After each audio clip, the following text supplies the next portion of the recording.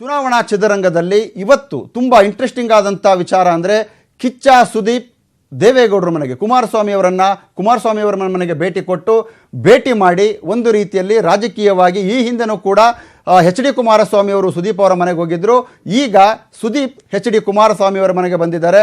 ಏನಾಗ್ತಾ ಇದೆ, JDS ನಲ್ಲಿ ಒಂದು ರೀತಿಯಲ್ಲಿ ಸುದೀಪ್ ರಾಜಕೀಯವಾಗಿ ಒಂದು ಬದಲಾವಣೆಯನ್ನು ತರೋದಕ್ಕೆ JDS ಜೊತೆ ಏನಾದರೂ ಒಂದು ಒಪ್ಪಂದವನ್ನ ಅಥವಾ JDS ಜೊತೆ ಸೇರೋದಕ್ಕೆ ಏನಾದರೂ ಒಂದು ತಂತ್ರವನ್ನ ಹೆಣಿತಿದ್ದಾರಾ ಅನ್ನೋದು JDS ಪಾಲಿಗೆ ಗೇಮ್ ಚೇಂಜರ್ ಕಿಚ್ಚ ಆಗ್ತಾರಾ ಅನ್ನೋ ವಿಚಾರ.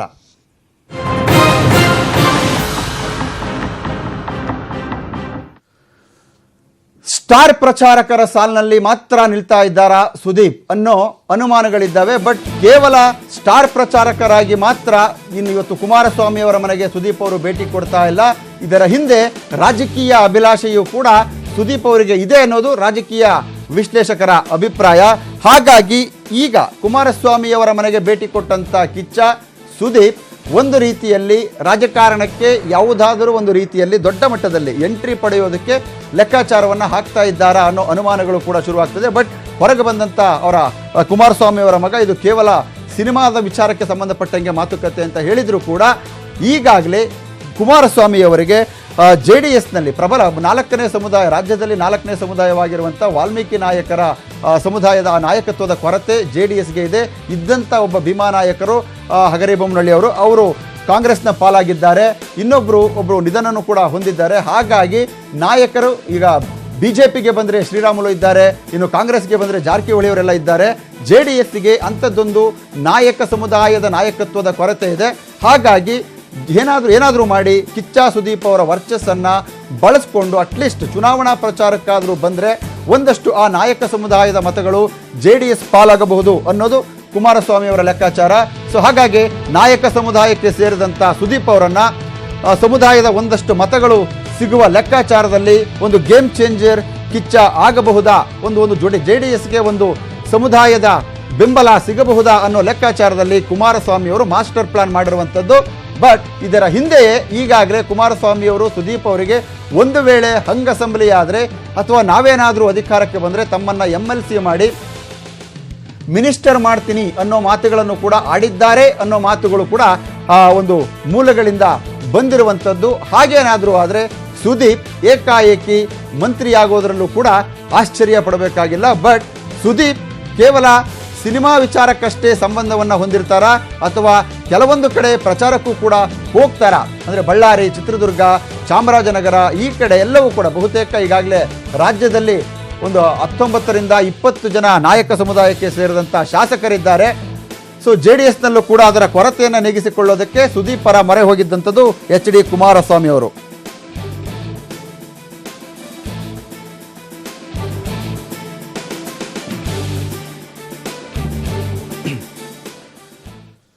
ಸೊ ಈ ಬಗ್ಗೆ ಮಾತನಾಡೋದಕ್ಕೆ ನಮ್ಮ ಹಿರಿಯ ವರದಿಗಾರರಾಗಿರುವಂಥ ಜನಾರ್ದನ್ ಹೆಬ್ಬಾರ್ ನಮ್ಮ ಜೊತೆ ಸಂಪರ್ಕದಲ್ಲಿದ್ದಾರೆ. ಹೆಬ್ಬಾರ್, ಸುದೀಪರ ನಡೆ ನಿಜಕ್ಕೂ ಕೂಡ ಇದು ರಾಜಕೀಯವಾದಂಥ ನಡೆಯ ಅಥವಾ ಇದರ ಹಿಂದೆ ಸಿನಿಮಾದ ಉದ್ದೇಶ ಮಾತ್ರ ಇದೆಯಾ? ಈಶ್ವರ್, ನೀವೇ ಹೇಳ್ತಿದ್ದ ಹಾಗೆ ಇದು ಖಂಡಿತ ಒಂದು ಸಿನಿಮಾ ವಿಚಾರ ಅಷ್ಟೇ ಅಲ್ಲ, ರಾಜಕೀಯ ವಿಚಾರವಾಗಿ ಇದು ಚರ್ಚೆ ಆಗಿರುವಂಥ ಸಂದರ್ಭ. ಮತ್ತೆ ಅವ್ರ ಜೊತೆಯಲ್ಲಿ ಬಂದಂಥ ನಾಯಕರುಗಳನ್ನು ಕೂಡ ನೋಡಿದ್ರೆ ನಮಗೆ ಇಲ್ಲಿ ಸ್ಪಷ್ಟ ಆಗುತ್ತೆ. JDSನ ಶಾಸಕ ಸಾರಾ ಮಹೇಶ್ ಅವರಿದ್ರು, ಮೈಸೂರಿನ ಎಕ್ಸ್ ಮೇಯರ್ ರವಿ ಅವರಿದ್ರು, ಇವರೆಲ್ಲರೂ ಕೂಡ ಬರ್ತಾ ಇದ್ದಾರೆ ಅಂದ್ರೆ ಅವ್ರ ಜೊತೆಯಲ್ಲಿ ಬಂದು ಮಾತುಕತೆ ಮಾಡ್ತಾ ಇದ್ದಾರೆ ಅಂದ್ರೆ ಖಂಡಿತವಾಗಿಯೂ ಸಹಿತ ರಾಜಕೀಯ ಚರ್ಚೆಗಾಗಿಯೇ ಬಂದಿರೋದು.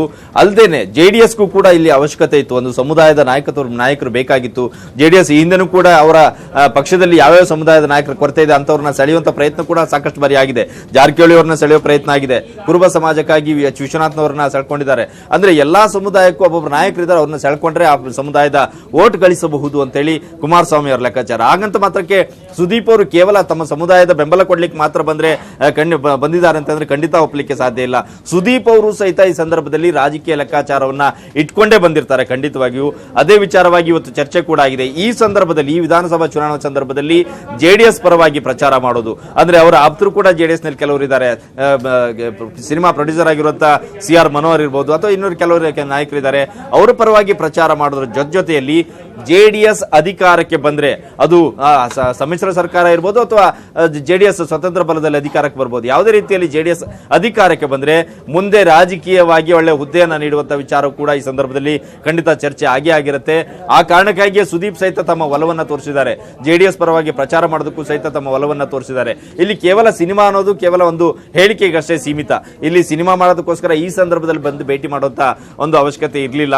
ಈ ಹಿಂದೆನೂ ಸಹಿತ ಕುಮಾರಸ್ವಾಮಿ ಅವರನ್ನೇ ತಮ್ಮ ಮನೆಗೆ ಕರೆದು ಊಟ ಬಡಿಸಿ ಆ ಸಂದರ್ಭದಲ್ಲೂ ಚರ್ಚೆ ಮಾಡಿದ್ರು. ಆ ಸಂದರ್ಭದಲ್ಲೂ ಒಂದು ಮಾತು ಕೇಳಿ ಬಂದಿತ್ತು, ಸುದೀಪ್ ಅವರು ಚಿತ್ರದುರ್ಗ ಭಾಗದಲ್ಲಿ ಒಂದು ಸ್ಪರ್ಧೆಗಿಳಿಯುವ ಸಾಧ್ಯತೆ ಇದೆ, JDS ಇಂದ ಸ್ಪರ್ಧೆ ಮಾಡ್ತಾರೆ ಅನ್ನೋ ಮಾತು ಕೂಡ ಕೇಳಿ ಬಂದಿತ್ತು. ಆದ್ರೆ ಈಗ ಅದರ ಮುಂದುವರಿದ ಭಾಗ ಅನ್ನೋ ಹಾಗೆ ದೊಡ್ಡ ಮಟ್ಟದಲ್ಲಿ ಚರ್ಚೆ ಆಗಿದೆ. ಕುಮಾರಸ್ವಾಮಿ ಅವರ ಮನೆಯಲ್ಲಿ ಸುಮಾರು 1-1.5 ಗಂಟೆಗಳ ಕಾಲ ಚರ್ಚೆ ನಡೆದಿದೆ. ಈ ಚರ್ಚೆ ಸಂದರ್ಭದಲ್ಲಿ ಇದೆಲ್ಲ ವಿಚಾರಗಳು ಕೂಡ ಮಾತುಕತೆ ಆಗಿದೆ.